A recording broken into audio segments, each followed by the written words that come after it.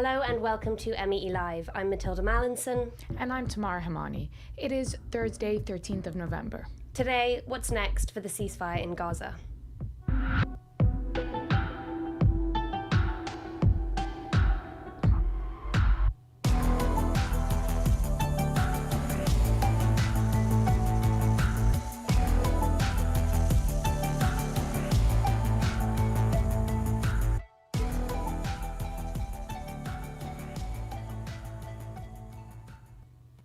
At least 260 Palestinians have been killed in the past month in Gaza, over 90 of them children, and 1,500 buildings have been bulldozed by Israel.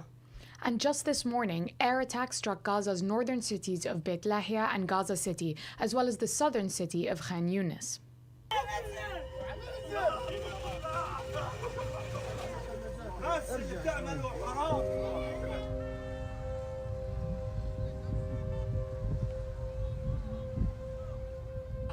لا ما حسينا حنا طلعنا من الحرب لانه الوضع زي ما هو الزنانات من فوق وكل يوم بنسمع انه هان وهان قصف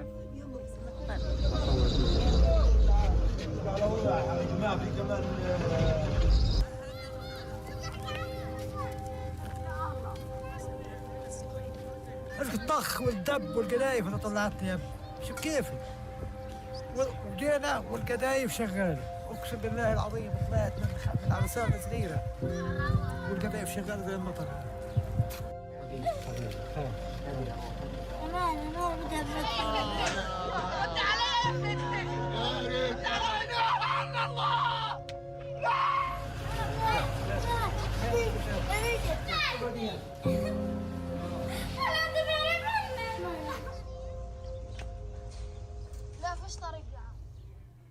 Do these look like scenes from a ceasefire? Gaza's government accuses Israel of breaching the truce 107 times so far with airstrikes and artillery fire. 3 Israeli soldiers have also been killed in attacks by Palestinian militants. Despite these violations, the truce has continued, but little is decided about the next phase of the ceasefire. Yet US President Donald Trump insists that his 20-point plan for Gaza will achieve everlasting peace in the region. So just how far through that plan are we now? Well, progress depends on an international stabilization force to keep peace in Gaza. But there's major disagreements about who should be involved and how. We'll be discussing the role of the US, Turkey, and others today. And what about Palestinians? What say do they have in Gaza's future? Today, we speak to Israeli ex-negotiator Daniel Levy and MEE's Turkey bureau chief Ragip Soylu. But first, over to Gaza, where we have Palestinian local Nour Alsaqa on the line. Nour, welcome to MEE Live. Where are you now? Hi, thank you for having me. I'm in the middle area now, Gaza, Zawaida. And that's hello. my cat, I'm sorry. And we've got a second speaker. Well, Nour, we're being told thank you for having me. That there's a ceasefire, and yet there's daily reports of Israeli airstrikes and gunfire in Gaza.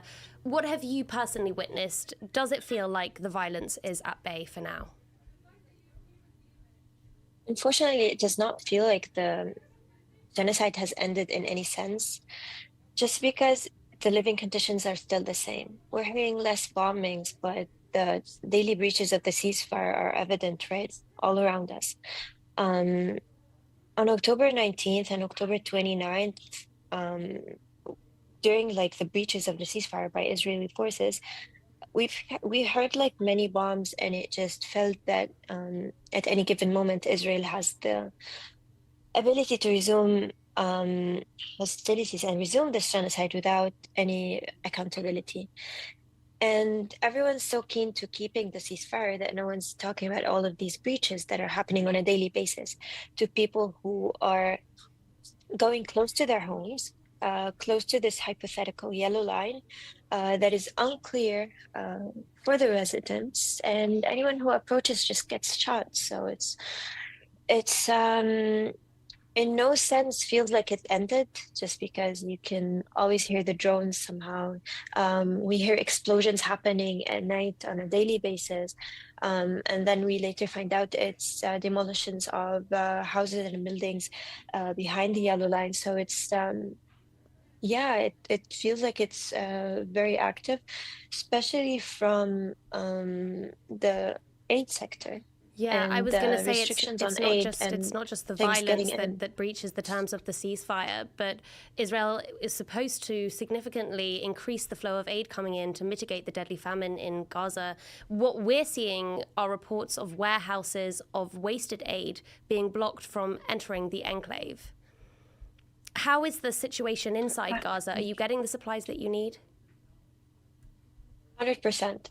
The problem with the things that are getting in, aid is still blocked. We're nowhere near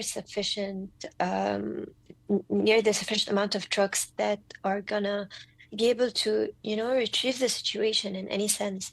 The things that are coming in are commercial trucks that are let in by merchants and sold at still high prices, and the prices are high and unattainable for most of the population who've lost their entire livelihoods.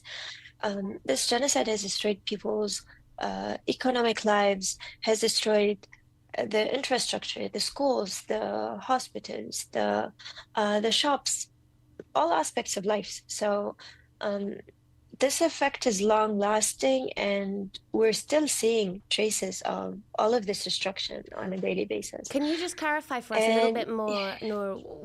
What are you seeing coming in, and what supplies are not coming in that you desperately need? But what is coming in as well? It's very unclear. Well, it's like commercial trucks usually include there are more kinds of food getting in. We're seeing chocolates, we're seeing vegetables and fruits, but still things that are extremely important, like medications, supplies, spare parts that would be used for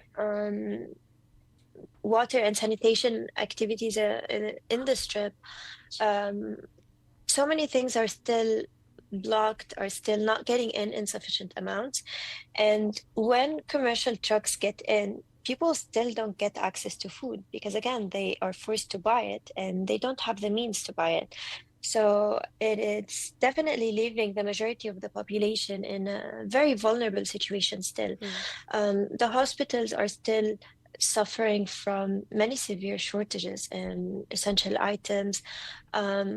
We're seeing so many, like according to the WHO, like more than 15,000 patients are waiting for medical evacuations. And that's something else that is supposed to just be happening as part of the ceasefire that Israel has been hindering are the evacuations. It's not just the supplies coming into Gaza, it's the medical evacuations going out. Nour, I want to ask you a couple of questions just about the road forwards. And I'm sorry, I think that's a difficult question because of the uncertainty that's been imposed on Palestinians.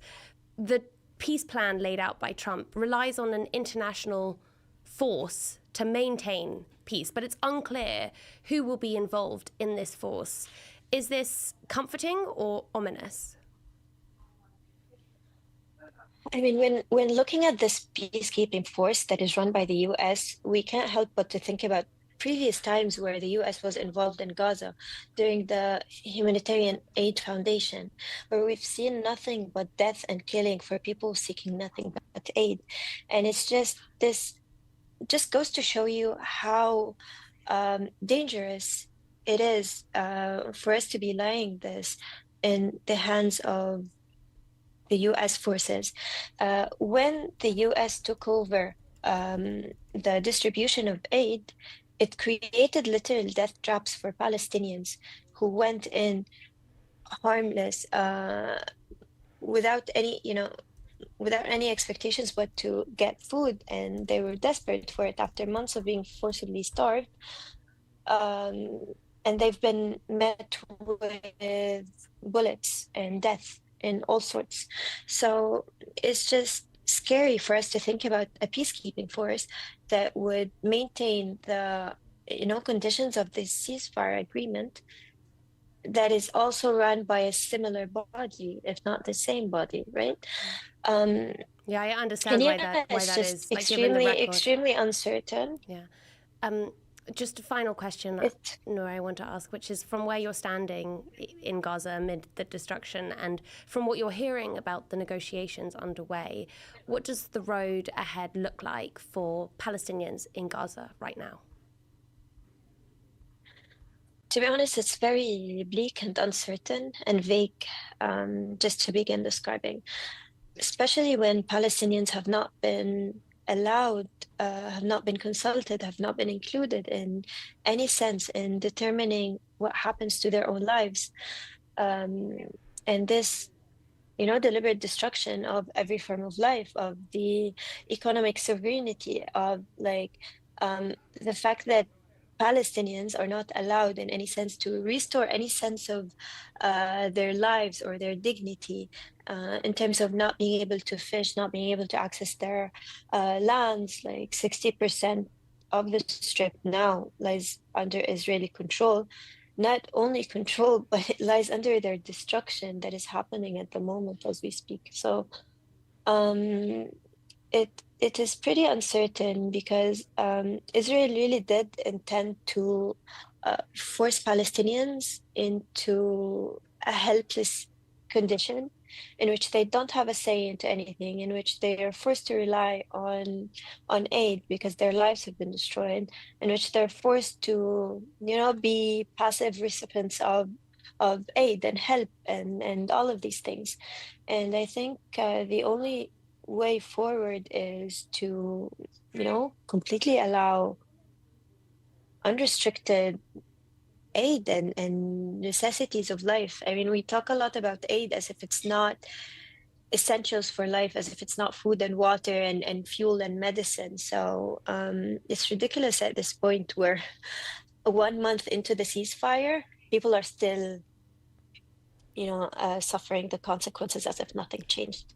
Nour Alsaqa, thank you for that window into Gaza. We really appreciate your time. Thank you for having me.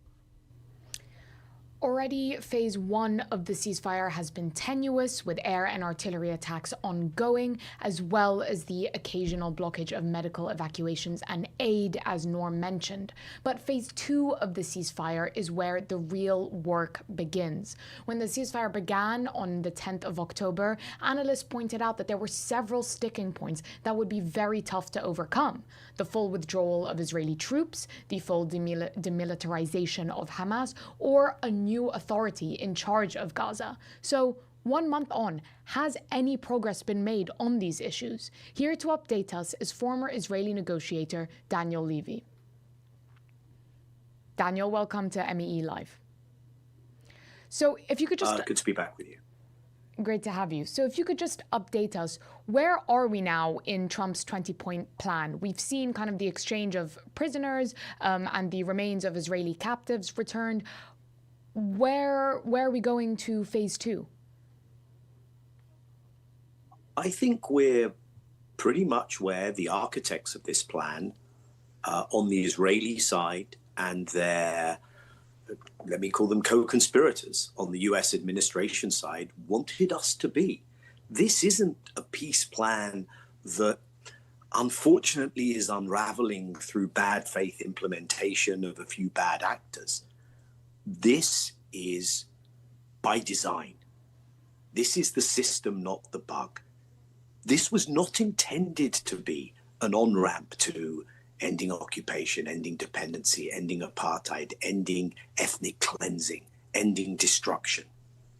This was put together in a way which gave Israel maximum ability to do the very things that we see that they are still doing. And that, I think, explains what we are seeing. The plan had very little in it. Now, I don't want to make light of the fact that we no longer follow mass killings in the triple digits every day, and that the situation is slightly less devastating and bleak, or that Israelis who are being held in Gaza, Palestinians being held by Israel, have been involved in a mutual exchange. But there is not more than that.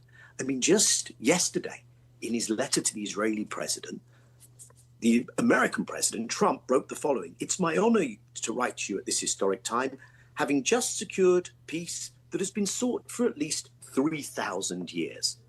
And people are playing along with this la-la land nonsense.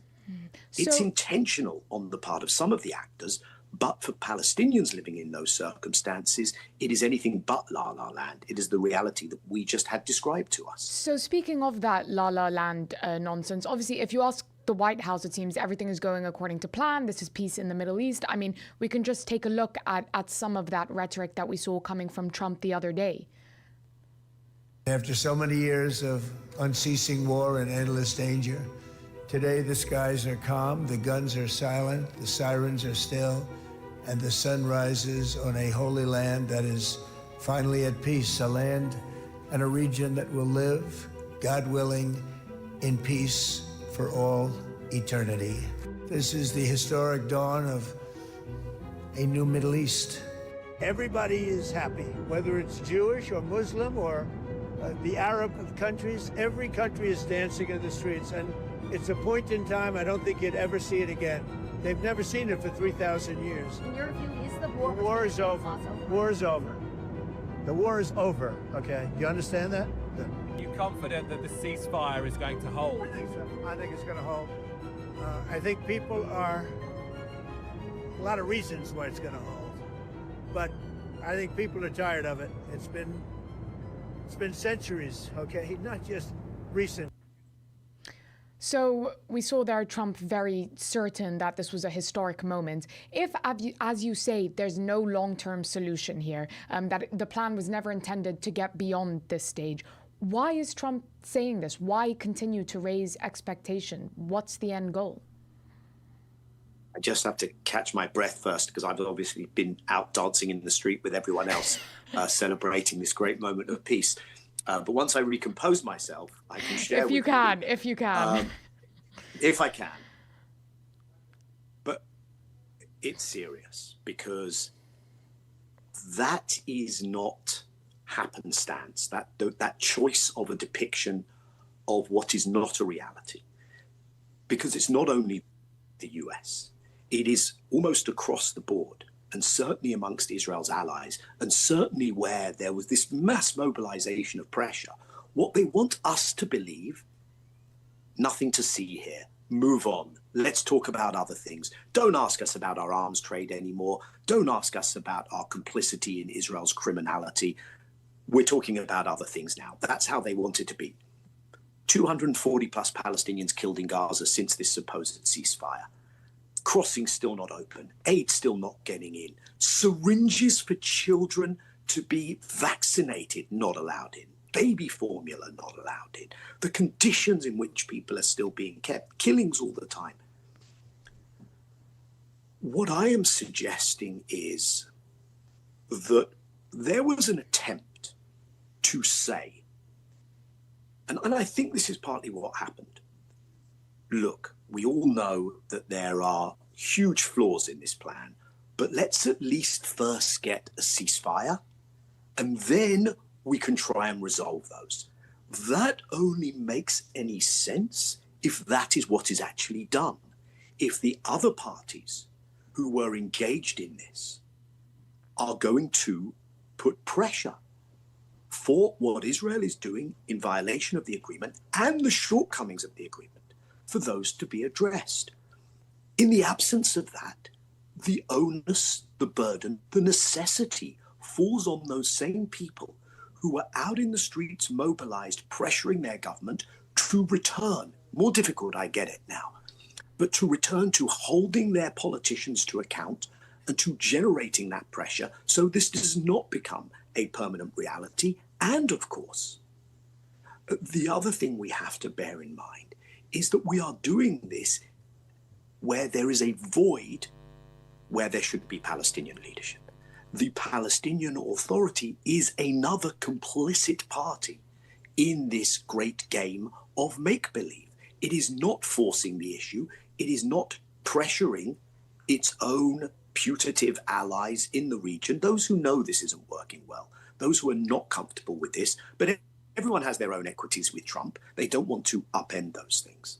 And the biggest lie that I think was embedded in this agreement was the idea that the precondition for anything else will be the disarmament of Hamas. You don't think that works? You don't think that's the right way round? Absolutely not. Disarmament can happen under two circumstances. One is when a party is defeated. It waves the white flag. What Israel couldn't achieve militarily in 2 years of genocide against the Palestinian civilian population, it is not going to achieve by claiming that these are the preconditions for the implementation of agreement, to which the Hamas party was not a party to that clause. The second condition under which you can have disarmament is when there is a political solution. That is when a resistance lays down its arms. When the conditions that generated resistance no longer abide in a certain conflict, and Israel refuses, and Israel's allies and Israel's American enabler and facilitator refuse to address those core issues which will always give rise to resistance and means that disarmament is a red herring. That, by the way, if you were a serious, realistic, responsible political actor in this situation, you would look at what Hamas is putting on the table in terms of conditions for non-display, non-use, handing over to a certain trusted party of heavy weaponry, what weaponry would not be handed over in those circumstances, what would be the conditions for moving forward, and you would say, we can work with this. Okay, where do we go? But no one is being serious in that respect, not in public at least. I'm told that in behind closed doors, there are attempts to move some of this along, but those attempts are not having an impression on the Americans, who are marinated in Israeli PR talking points. And of course, unless there is pressure on Israel, they will never agree to this. So in the absence then of a realistic political path forward like that, we've seen a lot of kind of economic schemes for Gaza of varying sincerity, lots of talk of a new Gaza. Do you fear then that the yellow line, which allows Israel to occupy 53% of Gaza, will become a permanent partition of the Strip, that as Trump's son-in-law and advisor Jared Kushner suggested, there could be reconstruction funds flowing to the Israeli-controlled parts of Gaza in the hope that kind of Palestinians move there desperate for aid and for homes? Do you think that they will try to avoid a political solution by using economic incentives instead, while freezing the situation in Gaza in place? And do you think that will fail or succeed? Yeah, Tamara, I do not think that will succeed. I think what you've outlined there is part of the circumstances we're in. I think some consultants will make some money. I think there might be some contractors who make money out of this. There is, and we hear it more intensely by the day. They're talking about East-West Berlin. They're talking about, two, not really states, but two areas in Gaza as a permanent thing. But here, I do not see a realistic scenario. I'm not talking desirable, okay? But a realistic scenario in which Palestinians will say, wow, where do I sign up for living in the Israeli dominion? I get it. Our people are bad.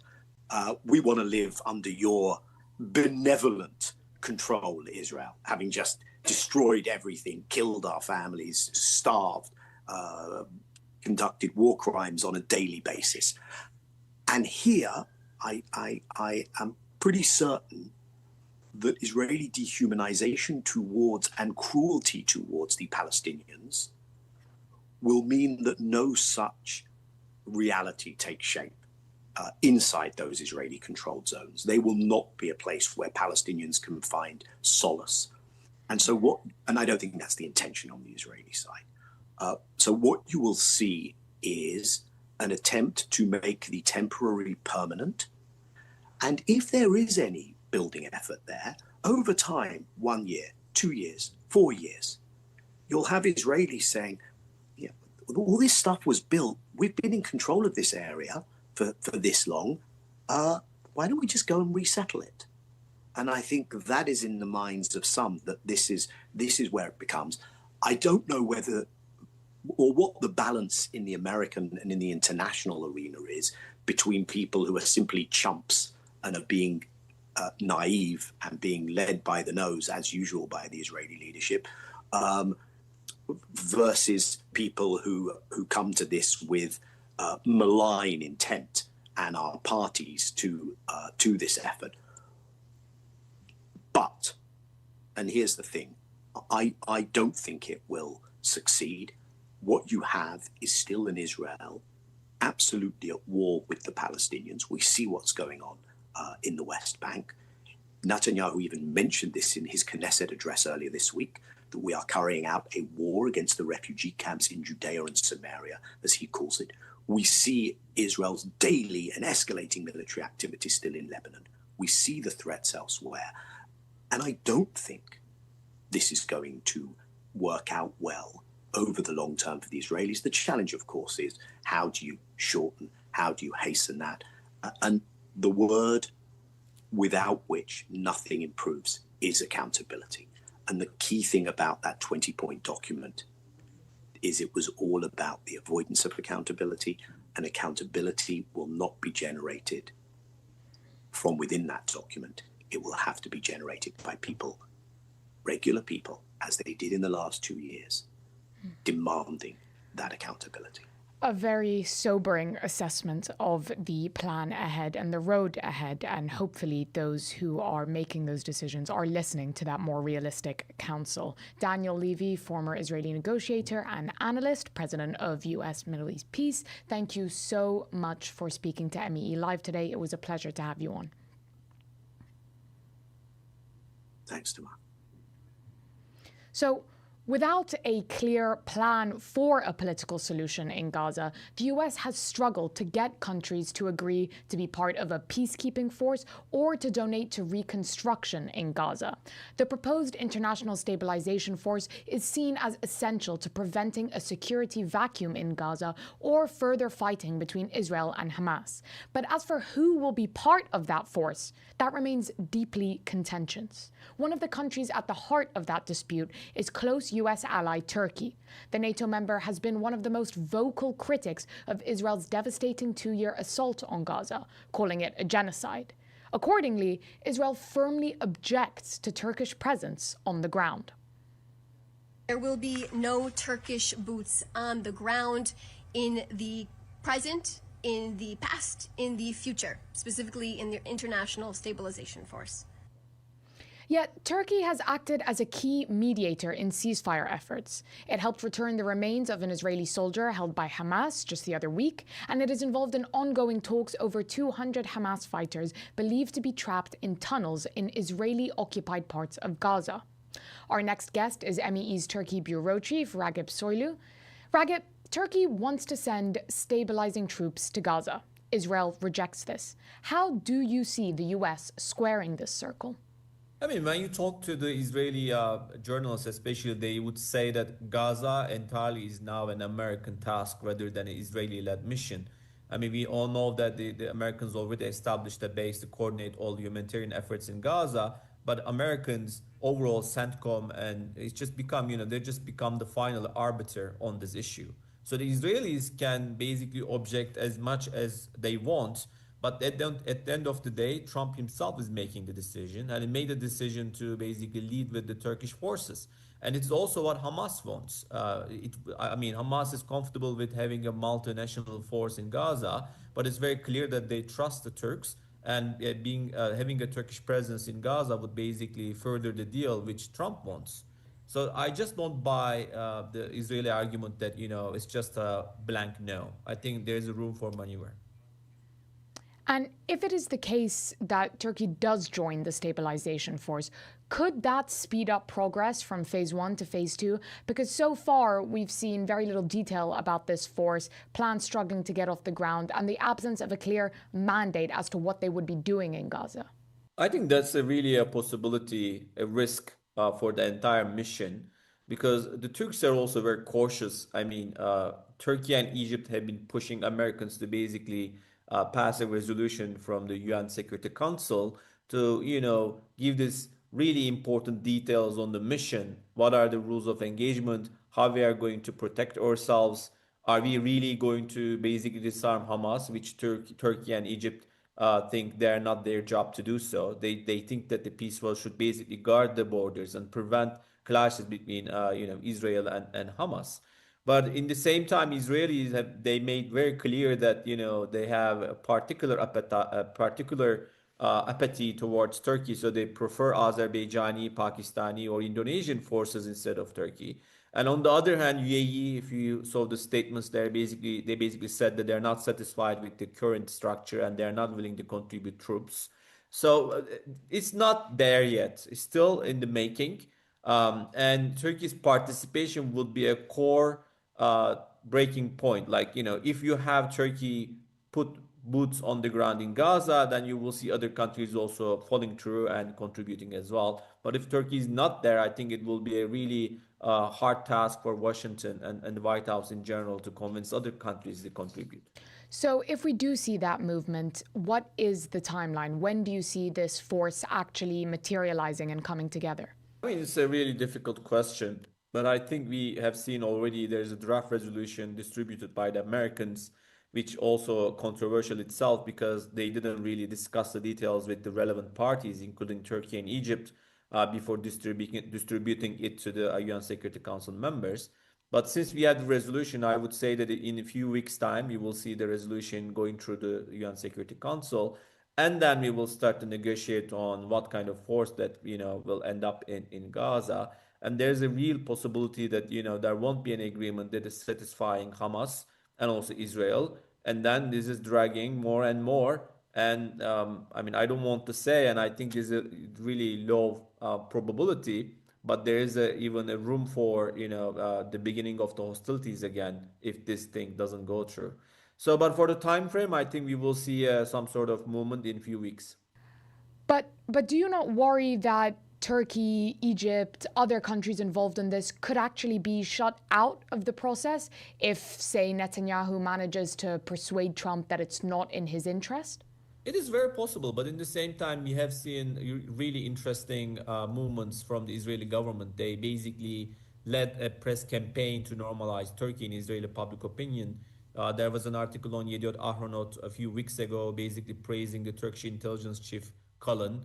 And then we have seen another article on Al Monitor written by Ben Caspit saying that Turkish foreign minister is a pragmatist and he's not an enemy of Israel. And then finally, we had an article that came up on Mar, which is a right-wing newspaper, which considered to be close to Netanyahu government as well, hosting the head of Israeli Chamber of Commerce, who said that we need Turkey as a partner. We have like a decades-long relationship. We need Turkey. So all these articles, I think they were basically fed into Israeli public opinion all of a sudden because Netanyahu government sees that there will be a Turkish role in Gaza.